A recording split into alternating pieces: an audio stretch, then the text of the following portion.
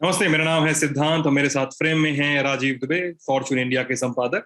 और ये है हमारा खर्चा पानी, दीपावली के ऐन पहले वाला खर्चा पानी, छोटी दिवाली वाला। कैसे हैं राजीव जी? ठीक ठाक सिद्धांत। आपको दीपावली की बहुत बहुत शुभकामनाएं और हमारे आपको भी सारे सर। दर्शकों को भी बहुत बहुत शुभकामनाएं। आपको भी सर। और राजीव जी ने फॉर्चून इंडिया में निर्मला सीतारमण का, जो वित्त मंत्री हैं, उनका एक लंबा चौड़ा इंटरव्यू लिया है उनकी टीम ने। वो पठनीय है, देखना चाहिए, कई सारे सवाल उससे भी उपजते हैं।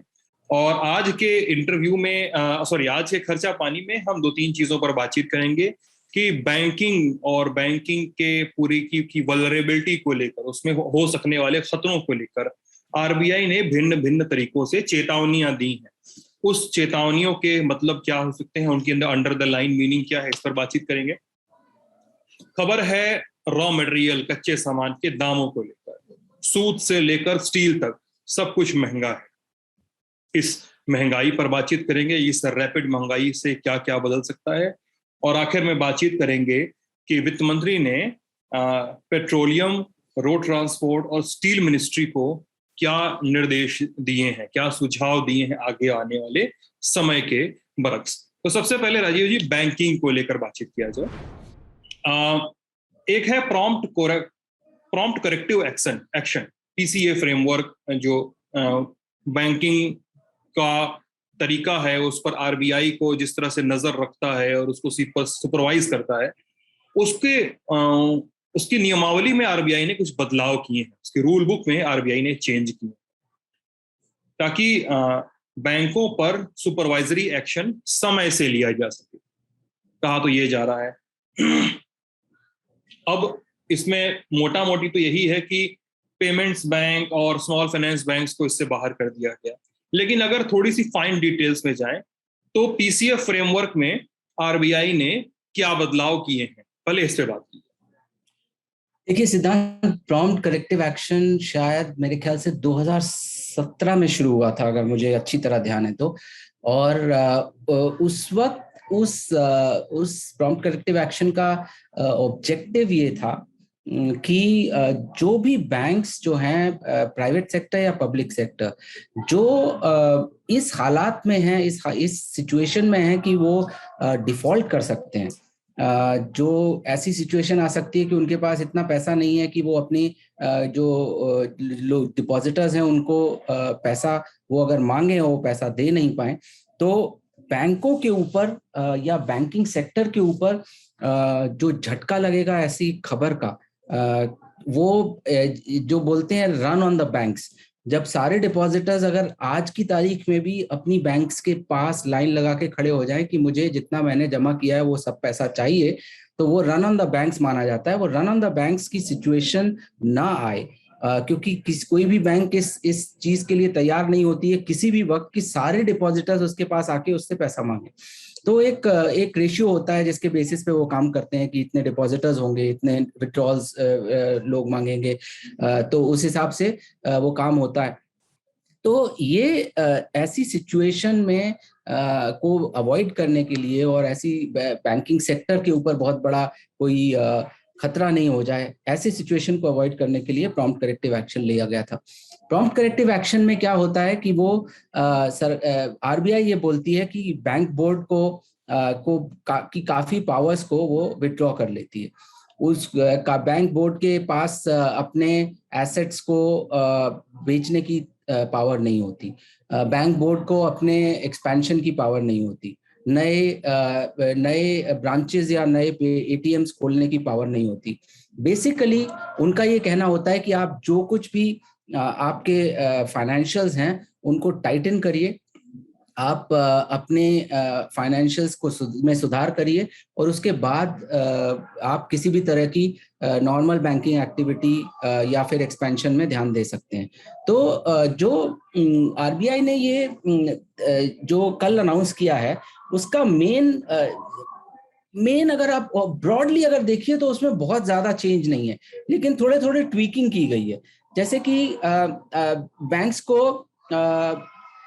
जो ये लोग देखेंगे आरबीआई, वो capital, asset quality and leverage, ये तीन एरियाज में अब फोकस करेगी आरबीआई, जब ये बैंक जो होती है किसी प्रॉम्प्ट करेक्टिव एक्शन में, उसके ऊपर निगाह रखने के। जैसे मतलब अगर हम हल्का ब्रेक डाउन कर सकें जिन जिन पॉइंट्स पे तो जैसे देखिए कैपिटल में क्या होता है कि जैसे जैसे आपके लॉसेस होते हैं तो आपका कैपिटल का इरोजन होता है।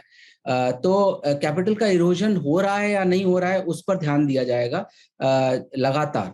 दूसरा है एसेट क्वालिटी। तो जो सिद्धांत, एक बात मैं बताना आपको भूल गया कि जो प्रॉम्प्ट करेक्टिव एक्शन है वो लिया जाता था उन बैंक्स के ऊपर जिनकी नॉन परफॉर्मिंग एसेट्स जो हैं वो बहुत ज्यादा होते थे, और जिनकी एसेट क्वालिटी और लॉसेस बहुत बहुत ज्यादा होते थे। और वो एक करीब 2-3 क्वार्टर का वो निकालते थे हिसाब, और उसके हिसाब से वो प्रॉम्प्ट करेक्टिव एक्शन में बैंक को लेते थे या नहीं लेते थे। मतलब घाटा भी बहुत ज्यादा होता था और बट्टे खाते वाले अकाउंट भी बहुत ज्यादा होते थे। जी जी। तो वो रीजन होता था प्रॉम्प्ट करेक्टिव एक्शन का। ऐसी बैंक्स जिनकी फाइनेंशियल सिचुएशन इस हद तक गिर चुकी है कि उनके नॉन परफॉर्मिंग एसेट्स बहुत तेजी से बढ़ रहे हैं, और जिनके लॉसेस बहुत बढ़ रहे हैं, और एसेट क्वालिटी डिटीरियोरेट हो रही है। तो अब इस आरबीआई ने ये बोला है कि हम इसको 3 एरियाज में फोकस करेंगे। कैपिटल आपका इरोजन हो रहा है कि नहीं हो रहा है, वो एक तरह से it's the same thing as non performing assets. अगर आपके नॉन परफॉर्मिंग एसेट्स बढ़ रहे हैं, आपके लॉसेस, आपको राइट ऑफ करना पड़ेगा, तो वो कैपिटल इरोजन ही होता है।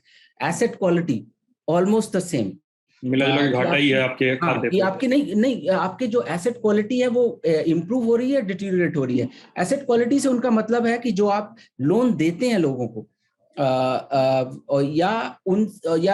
या जो लोग आपके पास डिपॉजिट्स रखते हैं, उसमें आपके इंप्रूवमेंट हो रहा है या वर्स हो रही है। और तीसरी आपका लेवरेज, कि आप कितने डिपॉजिट के ऊपर या कितनी आपके कैपिटल के ऊपर कितना आप लोन लेते हैं, जिससे कि आप अपने बिजनेस को बढ़ा सकें। तो ये 3 चीजों पे बहुत डीपली अब फोकस किया जाएगा।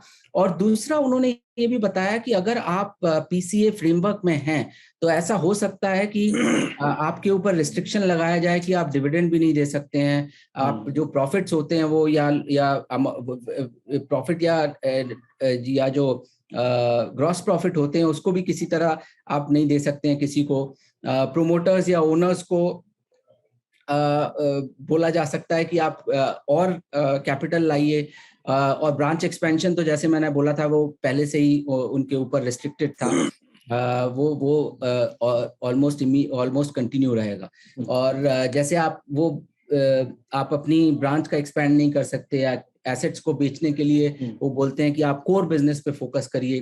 तो अगर आपके नॉन कोर एसेट्स हैं तो उनको हटाइए, उनको मोनेटाइज कीजिए, जिससे कि आप बैंक जो आपका कोर बिजनेस है उस पर आप फोकस कर पाए। तो बेसिकली जो इस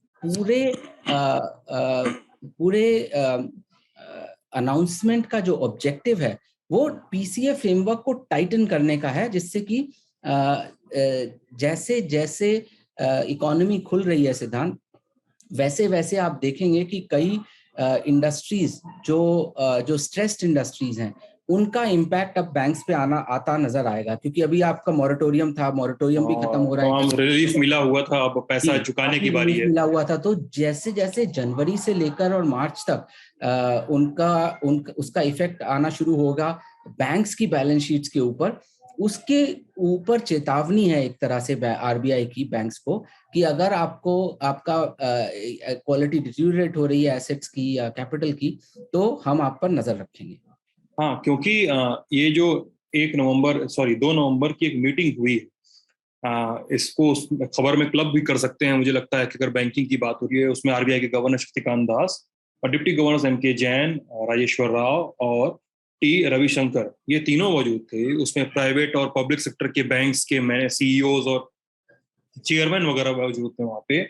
और उन्होंने कहा कि बैंकों से कहा कि विजिलांते रहिए, अपने बैंक में किसी भी तरह की गड़बड़ी हो रही है, कोई भी वल्नरेबिलिटी है, कोई वीक स्पॉट है जहां पे हिट कर रहा है आपका बैंक, तो वहां पर नजर बनाए रखिए और समय से रिमेडियल मेजर्स, मतलब समय से दवा पानी उपचार करिए अपने बैंक का। मतलब आरबीआई भी ये साइन आप जो बता रहे हैं राजीव जी, अगर उससे जोड़कर देखें कि जैसे जैसे हम सेकेंड वेव की लॉकडाउन से धीरे धीरे उबर रहे हैं, धीरे धीरे हमारा कलेक्शन बढ़ रहा है, रेवेन्यू मार्केट धीरे धीरे तैयार हो रहा है फिर से एक्टिविटी के लिए, तो जिन्होंने पैसा उठाया उनके पैसे लौटाने की बारियां अब आ रही हैं और अब ज्यादा गड़बड़ियां होने के चांसेस हैं।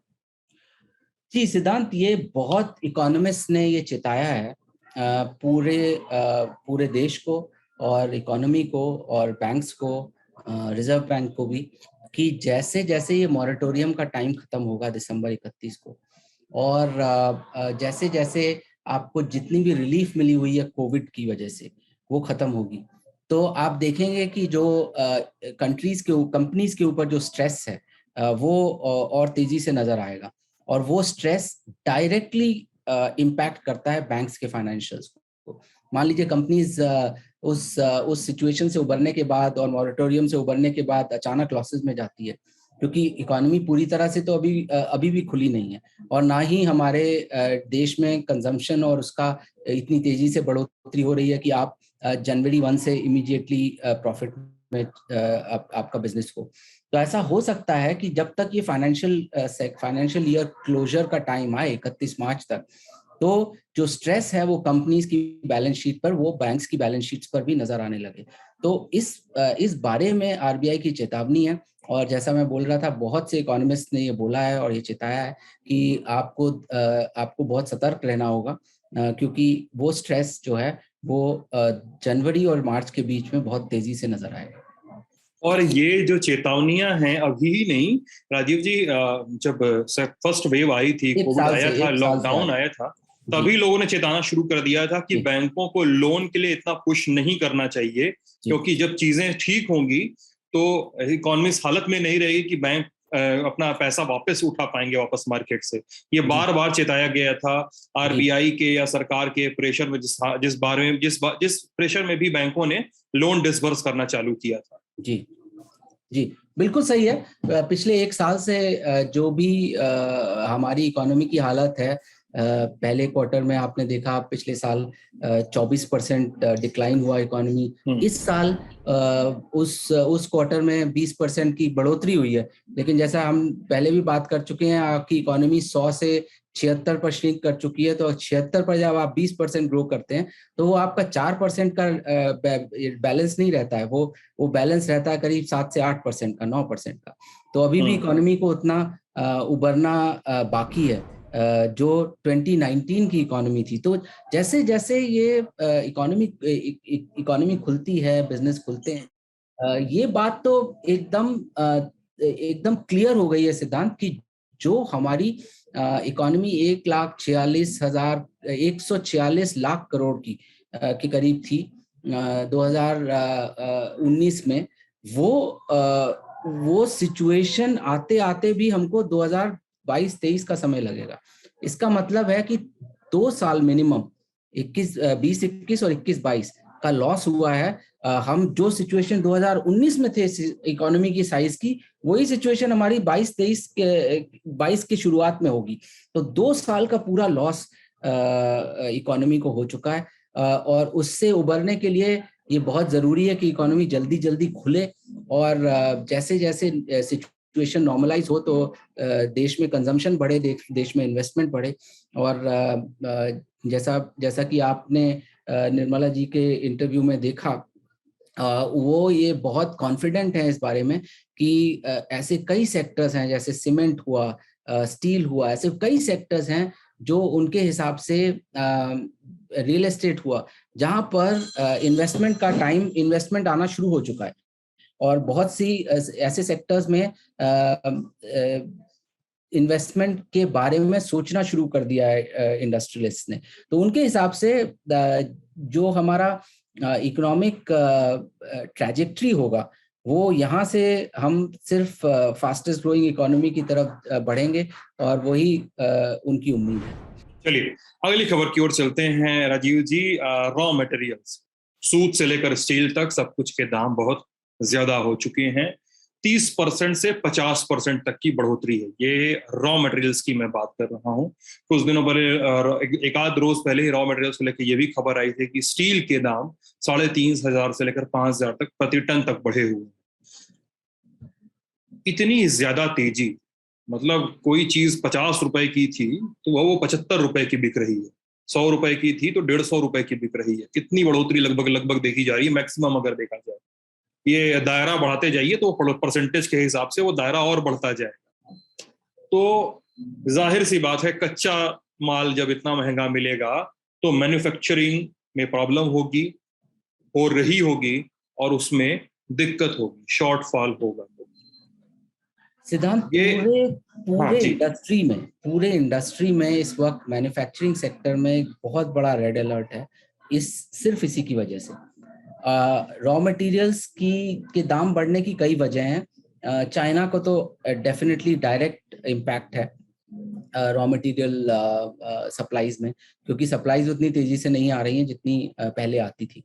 दूसरा, जैसे जैसे हमारी इकोनॉमी स्लो डाउन के मोड में गई, और खास तौर से कोविड के पीरियड में, तो हमने अपने ड्यूटीज बढ़ाई। ड्यूटीज बढ़ाने का मतलब है कि अगर आप देश में इंपोर्ट कोई कोयला किसी भाव में हो रहा है, मान लीजिए, मैं एग्जांपल दे रहा हूँ, एक कोयला में ड्यूटी इतनी नहीं बढ़ाई गई, लेकिन मैं एग्जांपल दे रहा हूँ कि मान लीजिए, चलिए कोयला छोड़िए, आप स्टील की एग्जांपल ले लीजिए या एल्यूमिनियम का एग्जांपल ले लीजिए।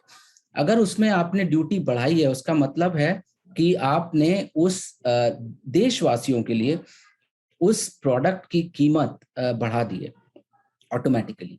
क्योंकि जैसे ही आप ड्यूटी बढ़ाते हैं, वो डिमांड सप्लाई का मिसमैच जो होता है वो होना शुरू हो जाता है, और फिर देश में जितने भी प्रोड्यूसर्स हैं वो अपने रेट बढ़ा देते हैं, क्योंकि ड्यूटी के हिसाब से जो रेट होना चाहिए, जो इम्पोर्ट पैरिटी रेट होता है, उस रेट तक आपका डोमेस्टिक प्राइसेस बढ़ जाती हैं उस गुड्स की, जिसपे आपकी ड्यूटी बढ़ाई है। उस वजह से आपकी total cost of consumption to the consumer immediately बढ़ जाती है।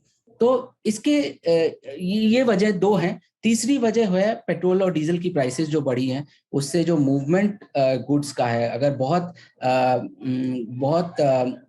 कैपिटल इंटेंसिव प्रोडक्ट है या वेट इंटेंसिव प्रोडक्ट है, तो वो उसका मूवमेंट का कॉस्ट ऑलमोस्ट 50% तक के करीब बढ़ जाता है। तो ये वजह है जिसकी वजह से कि आप देख रहे हैं कि रॉ मटेरियल प्राइसेस जो बढ़ रही हैं, उससे जितना भी डायरेक्ट इम्पैक्ट हो रहा है वो मैन्युफैक्चरर को काफी हो रहा है, क्योंकि मैन्युफैक्चरर जो है अपने कंज्यूमर के लिए वो प्राइस उतनी तेजी से नहीं बढ़ा पाता है, क्योंकि मार्केट में उतना ज्यादा कंपटीशन होता है, और उसके पास और कोई चारा नहीं होता है, क्योंकि जो सप्लाई आ रही है रॉ मटेरियल की, उसमें प्राइसेस ऑलरेडी बढ़ चुकी होती हैं, क्योंकि वो ग्लोबल सप्लाई चेन डिसरप्शन है जो पूरी दुनिया में, उस वजह से डिस्ट्रप्शन हो चुका है। टैंकरों की कमी है, सामान चाइना से सामान इधर नहीं जा पा रहा है, वहां से सामान वहां नहीं जा पा रहा है, मतलब एक कंप्लीट पूरे विश्व भर में सामान इधर से उधर जा नहीं पा रहा, उस वजह से सप्लाई रुकी हुई है, दाम बढ़े हुए हैं। और वो रिस्टोर होने में क्या समय लग सकता है अजीब जी, क्या कोई आकलन ऐसा आ रहा है इंटरनेशनल एजेंसीज की वजह से? एक एग्जांपल मैं आपको दूं, जैसे मान लीजिए चिप मैन्युफैक्चरिंग, जो इलेक्ट्रॉनिक चिप्स होती हैं, जो आपके फोन्स में जाती हैं, गाड़ियों में जाती हैं, लैपटॉप्स में जाती हैं, टेलीविजन में जाती हैं, हर तरह के इलेक्ट्रॉनिक्स प्रोडक्ट्स में आज जाती हैं। चिप मैन्युफैक्चरिंग में सिद्धांत एक बहुत बड़ा ट्रांजिशन हो गया कोविड के टाइम में। वो ये था कि जैसे जैसे कोविड की वजह से शटडाउन हुआ और लॉकडाउन हुआ, उसकी वजह से ऐसी इंडस्ट्रीज जो चिप खरीदती थी चिप मैन्युफैक्चरर्स से, उन्होंने एकदम अपनी डिमांड को जीरो कर दिया।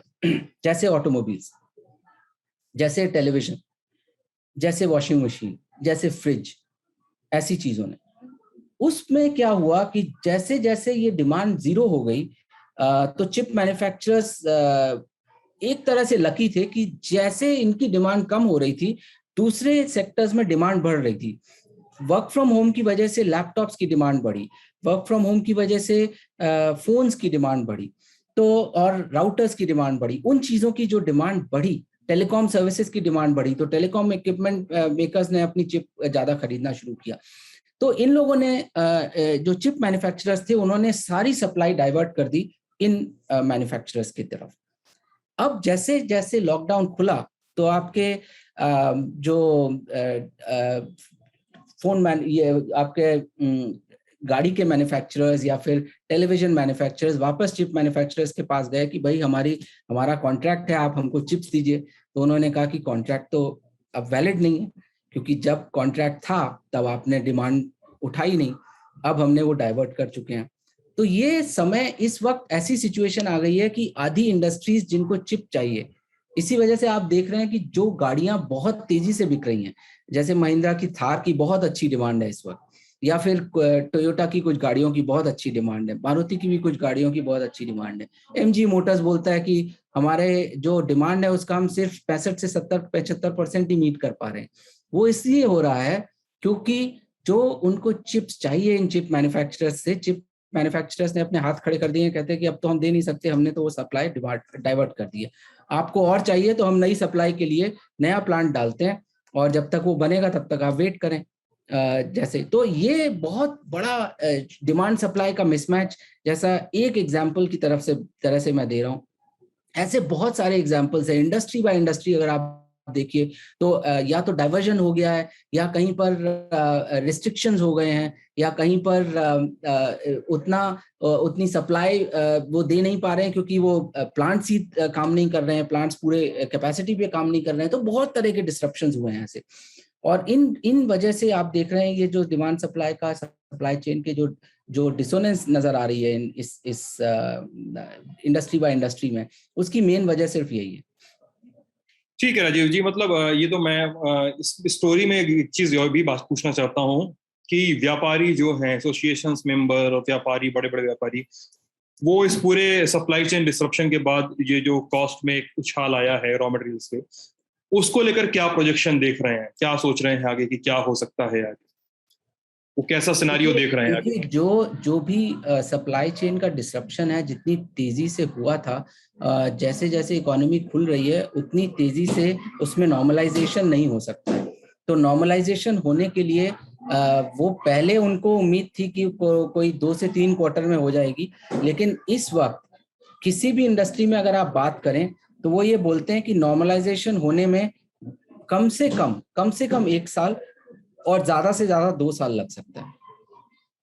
तो आप ये उम्मीद कर सकते हैं कि अगर कोई किसी वजह से इंडस्ट्री में ऐसे डिस्ट्रप्शन आए हैं और जिनका इम्पैक्ट इंडस्ट्री के ऊपर डायरेक्टली हुआ है, तो from the time opening happens, जब से शुरुआत होती है लॉकडाउन खुलने की, तब से आप 1 से 1.5 से 2 साल का उम्मीद लगा सकते हैं, उतना नॉर्मलाइजेशन में टाइम लग सकता है। चलिए, आज की आखिरी खबर की ओर चलते हैं। राजीव जी के पीछे से पटाखे फूटने की आवाज आ रही है क्योंकि हम दिवाली के 1 दिन पहले से शूट कर रहे हैं। कैपिटल एक्सपेंडिचर की बात करें तो वित्त मंत्रालय ने पेट्रोलियम, रोड ट्रांसपोर्ट और स्टील, इन 3 मंत्रालयों में देखा है कि इनके कैपिटल एक्सपेंडिचर में बढ़ोतरी हुई, और फिर इनसे कहा कि साहब आप अपनी जो स्पेंडिंग है, जो आपका खर्च है, उसको फ्रंट लोड करें, खासकर अगला जो फाइनेंशियल ईयर शुरू होगा, उसकी तीसरी तिमाही और साल 2023 की पहली छमाही, इस दरमियान अपना जो स्पेंडिंग है उसको थोड़ा फ्रंट लोड करें। थोड़ी सी कठिन भाषा है ये हमारे दर्शकों के लिए, तो राजीव जी हम चाहते हैं कि इसको थोड़ा ब्रेक डाउन किया जाए कि इसका मतलब क्या है। जब इस समय एक समय सब मिनिस्ट्री से कह रही है कि अपने खर्च में कटौती करिए, तो कैपिटल एक्सपेंडिचर देखकर ये 3 मिनिस्ट्री करी कि अपने स्पेंडिंग को फ्रंट लोड करिए।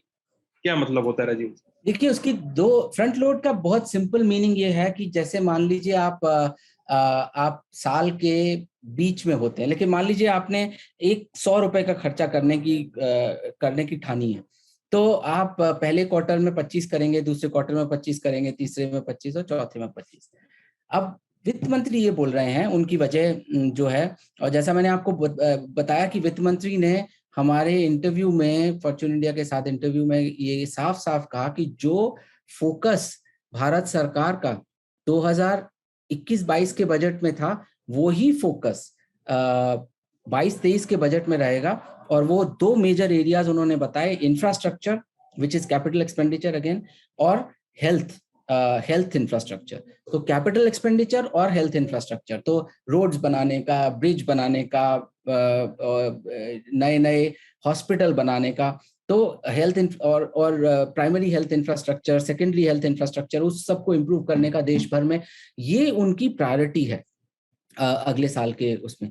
तो वो ये बोल रही हैं कि और सबसे बड़ी चिंता की बात यह है सिद्धांत कि अगर हमारी इकोनॉमी में तेजी नजर आ रही है, आती है अभी से, और इस साल के स्टार्ट में, और अगर ये जैसा कि आप देख रहे हैं हमारा एक्सपोर्ट थोड़ा थोड़ा बढ़ रहा है, थोड़ा इंटरेस्ट लोगों को नजर आ रहा है प्राइवेट इन्वेस्टमेंट में भी सेक्टर्स में करने का, तो जैसे जैसे हमारी इकोनॉमी स्पीड पकड़ती है, वित्त मंत्री का ये मानना है कि उस वक्त ये बहुत जरूरी है कि सरकार जो है कैपिटल एक्सपेंडिचर को तेज करे, जिससे कि वो स्पीड धीमी ना पड़ जाए और मान लीजिए उसमें झटका ना लग जाए या ब्रेक्स नहीं लग जाए। तो अगर उस सिचुएशन में, जबकि इकोनॉमी खुल रही है, प्राइवेट इन्वेस्टमेंट भी बढ़ रहा है, मान लीजिए कैपिटल एक्सपेंडिचर सरकार बहुत तेजी से बढ़ाती है, जो आधे साल में फर्स्ट हाफ में खर्चा करना है वो अगर फर्स्ट क्वार्टर में कर देती है मान लीजिए, तो वो स्पीड पकड़ने में इकोनॉमी को आसानी होगी, और उसके बाद वो अपने ऑटो पायलट मोड में चली जाएगी। उसके बाद सरकार को उसमें परेशान होने की जरूरत या सरकार को उसमें इंटरवीन करने की जरूरत शायद ना पड़े, क्योंकि देखिए जैसे इकोनॉमी के 4 इंजन होते हैं। एक होता है एक्सपोर्ट्स, हमारा एक्सपोर्ट्स पिछले 7 साल से वहीं का वहीं है। 2013 के लेवल पर हमारा 8 साल से 2013 के लेवल में हमारा एक्सपोर्ट था। जो प्राइवेट इन्वेस्टमेंट दूसरा इंजन होता है, प्राइवेट इन्वेस्टमेंट पिछले 7-8 साल से कोई अच्छा प्राइवेट इन्वेस्टमेंट नहीं हुआ है, फ्लैट है और नेगेटिव सिचुएशन में। तीसरा होता है प्राइवेट कंजम्पशन। प्राइवेट कंजम्पशन में बहुत बड़ा हिट लगा जब कोविड की सिचुएशन 2020 के शुरुआत से शुरू हुई, तो 2020 से प्राइवेट कंजम्पशन में बहुत झटका लगा है और वो प्राइवेट कंजम्पशन उतनी तेजी से नहीं हो रहा है। तो एक इंजन जो काम कर रहा था वो पब्लिक एक्सपेंडिचर का होता है, जो सरकार खर्चा करती है कैपेक्स में, रोड्स बनाने में, ब्रिजेस बनाने में, ऐसी चीजों में। तो वो एक इंजन पर हमारी इकोनॉमी चल रही है पिछले 2 साल से। तो वित्त मंत्री जी का ये मानना है कि अगर प्राइवेट जो कैपिटल एक्सपेंडिचर जो है उस पर तेजी लाएं, प्राइवेट इन्वेस्टमेंट को बढ़ावा दें, और एक्सपोर्ट्स जैसा कि आप देख रहे हैं उसमें इंप्रूवमेंट ऑलरेडी नजर आ रहा है, तो अगर एक की बजाय 3 इंजन इकोनॉमी में काम करना शुरू कर देंगे तो उसमें तेजी बहुत जल्दी से आएगी। तो अब इसमें मिला जुला के वो उनका आशय ये है कि इसको और थोड़ा सा धक्का दिया जाए कि आगे की तरफ चीजें थोड़ी सी फास्ट फॉरवर्ड में जाए, सपोर्ट किया जाए। जी, फायदा देखने को मिलेगा इससे, पॉसिबल है एक मतलब एक? जी बिल्कुल। देखिए अगर मान लीजिए कि सीमेंट मैन्युफैक्चरर्स ये सोच रहे हैं कि हमको सीमेंट की कैपेसिटी बढ़ानी है, ओके, और स्टील मैन्युफैक्चरर्स सोच रहे हैं कि हमको, सोचना शुरू किया है उन्होंने कि मान लीजिए उनको स्टील की कैपेसिटी बढ़ानी है, और सरकार इतने 1 लाख करोड़ या 2 लाख करोड़ के सडनली ऑर्डर्स लेके आ जाती है मार्केट में कि हमको इंफ्रास्ट्रक्चर पे इतना खर्चा करना है, तो ऑटोमेटिकली उनको एनकरेजमेंट मिलता है कि उनको जो डिमांड सप्लाई का गैप 3 साल बाद नजर आने, रिड्यूस गैप जो है, गैप भरने में उनको लग रहा था कि अगला मान लीजिए 3 साल लग जाएंगे या 2 साल लग जाएंगे, लेकिन अगर नए ऑर्डर्स ऐसे आते हैं, नए कैपिटल एक्सपेंडिचर के ऐसे प्लान्स सरकार अनाउंस करती है जिससे कि उनको लगे कि वो और जो डिमांड सप्लाई का गैप 1 साल में ही ब्रिज हो जाएगा, तो उसको एनकरेजमेंट मिलता है ऐसी इंडस्ट्रीज को। और जैसा आप जानते हैं ऐसी कई इंडस्ट्रीज हैं जिनमें, जैसे मान लीजिए रियल एस्टेट सेक्टर है, अगर रियल एस्टेट सेक्टर को कोई बढ़ावा देता है, कोई सरकार बढ़ावा देती है, तो उसका जो इफेक्ट होता है, जो वाटरफॉल इफेक्ट होता है सिद्धांत, वो कम से कम 100 से ज्यादा सेक्टर्स में होता है। ऐसे ही कैपिटल एक्सपेंडिचर को सरकार बार बार क्यों बोलती है, सरकार को बार बार कैपिटल एक्सपेंडिचर का मायना ये होता है कि जैसे आप रोड के ऑर्डर्स देंगे, तो रोड के ऑर्डर्स देने का मतलब है आपने 50, 60, 70 इंडस्ट्रीज को इमीडिएटली एनकरेज करने की कोशिश की है, क्योंकि आप सीमेंट लेंगे, आप स्टील लेंगे, आप कंक्रीट लेंगे, आप कॉन्ट्रैक्टर्स, पाइप मैन्युफैक्चरर्स को उसमें इन्वॉल्व होंगे, उसमें और तरह के कॉन्ट्रैक्टर्स, इलेक्ट्रिकल कॉन्ट्रैक्टर्स, हर तरह की इंडस्ट्रीज पे डायरेक्ट इम्पैक्ट होता है ऐसे कैपिटल एक्सपेंडिचर का। तो वो इस अनाउंसमेंट से वो ये कहना चाह रही हैं कि आपको अगर भरोसा है इकोनॉमी पर, तो हम आपका साथ देने को भरपूर तैयार है। हाँ, क्योंकि बीते दिनों में इकोनॉमी पे और इकोनॉमिक फ्यूचर पे डिसबिलीफ के एक आध बयान आए हैं, खासकर जिसमें रघुराम राजन का अगर नाम लिया जाए जी। और कुछ चीजें ऐसी हुई हैं जिससे जाहिर सी बात है लोगों का भरोसा इकोनॉमिक फ्यूचर में कम हुआ है। अगर हम यही रॉ मटेरियल के प्राइस इंक्रीज वाली ही चीज देखें, जिससे मैन्युफैक्चरिंग में दिक्कत आ रही है, तो हम यहाँ पर यह भी सवाल उठा सकते हैं कि साहब आपका जीएसटी कलेक्शन क्या प्राइस में बढ़ोतरी की वजह से बढ़ा है? क्या एक तरीका हो सकता है क्योंकि वहां पर टैक्स की बढ़ोतरी है? क्या सरकार को उस तरीके से फायदा हुआ है? बहरहाल, अब हम अपनी बातचीत के आखिरी दौर में हैं। चलते चलते एक छोटा सा अपडेट, राजीव जी मैंने आपको इनबॉक्स में वो लिंक भी भेज दिया है, CMIE का आंकड़ा आया हुआ है। इस पर बात क्या करें, बस उसे साइट कर देने की जरूरत है कि centre for monitoring Indian economy, वो एक संस्था है, वो हर महीने रोजगार के आंकड़े जारी करती रहती है। और ये खबर हमारे सामने अभी आई है, तो मैंने सोचा बता दें कि जो बेरोजगारी की दर है, अनएम्प्लॉयमेंट रेट, वो 7.8%, 7.75% पर बढ़ी है पिछले महीने के मुकाबले। साथ साथ गांवों में जो जॉबलेसनेस का जो रेट है, वो अपने 4 महीनों के सबसे ऊंचे स्तर पे है। और शहरों में जो जॉबलेसनेस का रेट है, उसमें थोड़ी गिरावट देखी गई है और 3 महीनों के सबसे निचले स्तर पर। एक छोटी सी टिप्पणी आपकी इस पर राजीव जी, फिर हम बातचीत को खत्म करेंगे। देखिए, अगर उसको एक तरह से पॉजिटिव देख सकते हैं और एक तरह से नेगेटिव देख सकते हैं। अगर आप मई 2021 का आंकड़ा देखें तो वो आंकड़ा आपको बता रहा है कि हमारी अनएम्प्लॉयमेंट रेट 12% के करीब थी, ऑलमोस्ट 12%। ऐसे कई वीक्स हुए हैं जिसमें अनएम्प्लॉयमेंट रेट कोविड के दौरान 23% तक हो गई है। 23%। अगर 100 लोग नौकरी ढूंढ रहे हैं तो सिर्फ 23 लोग उसमें से अनएम्प्लॉयड जा रहे हैं। इतना खराब हालत हो गए थे। इस वक्त जो है वो 7.8% जो हुई है वो थोड़ी बढ़ी है पिछले महीने के मुकाबले। और उसकी कई वजह हैं। देखिए, ऐसी कई इंडस्ट्रीज हैं जो अभी पूरी तरह खुल नहीं पाई है, या ऐसी कई इंडस्ट्रीज हैं जिन पर टेक्नोलॉजिकल इम्पैक्ट इतना ज्यादा हुआ है, इतना मेजर टेक्नोलॉजिकल इम्पैक्ट हुआ है कि वो उससे उबर नहीं पाई हैं। अब मान लीजिए मैं आपको एक एग्जांपल दूं, आईटी सेक्टर। जो आईटी सेक्टर है, अगर 17-18 के आप आंकड़े देखें तो उसमें आईटी सेक्टर में टोटल एम्प्लॉयमेंट 3.3 मिलियन लोगों का होता था। आज की तारीख में आईटी सेक्टर में 1.8 मिलियन का एम्प्लॉयमेंट है सिद्धांत। तो 1.5 मिलियन, 15 लाख लोगों की नौकरी छूटी है आईटी सेक्टर में।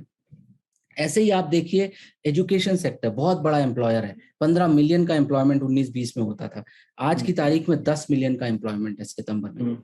तो ऐसे कई सेक्टर्स हैं जहां पर ऐसे या तो वो इंडस्ट्रीज पूरी तरह खुली नहीं है, या फिर उनका टेक्नोलॉजिकल इम्पैक्ट जो हुआ है टेक्नोलॉजी के डेवलपमेंट का, उसमें बहुत बहुत ज्यादा फर्क पड़ा है। और वो जैसे टेक्सटाइल सेक्टर है, टेक्सटाइल सेक्टर में भी एम्प्लॉयमेंट पिछले महीने गिरा है। और ऐसे बहुत 60 बहुत बड़ा सेक्टर है, 60 मिलियन का एम्प्लॉयमेंट होता है। रियल एस्टेट 60, टेक्सटाइल में तो 65 मिलियन के करीब है एम्प्लॉयमेंट, रियल एस्टेट सेक्टर में 60 मिलियन के करीब एम्प्लॉयमेंट है, उसमें भी एम्प्लॉयमेंट गिरा है। तो अगर ऐसी सिचुएशन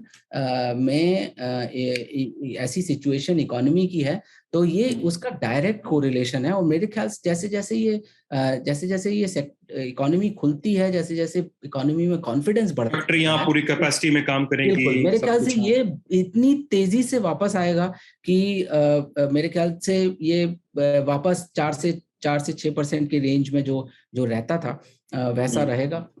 और आशा है कि जल्द से जल्द वापस आए। जी, चलिए, तो ये था आज का खर्चा पानी। हम लोग कल नहीं मिलेंगे, कल दिवाली है, इसलिए दिवाली मनाइएगा, अच्छे से मनाइएगा, सोशल डिस्टेंसिंग, मास्क वगैरह का ख्याल रखिएगा, खुश रहिएगा, टैलेंट ऑफ देखते रहिएगा। मिलेंगे अब अगले दिन।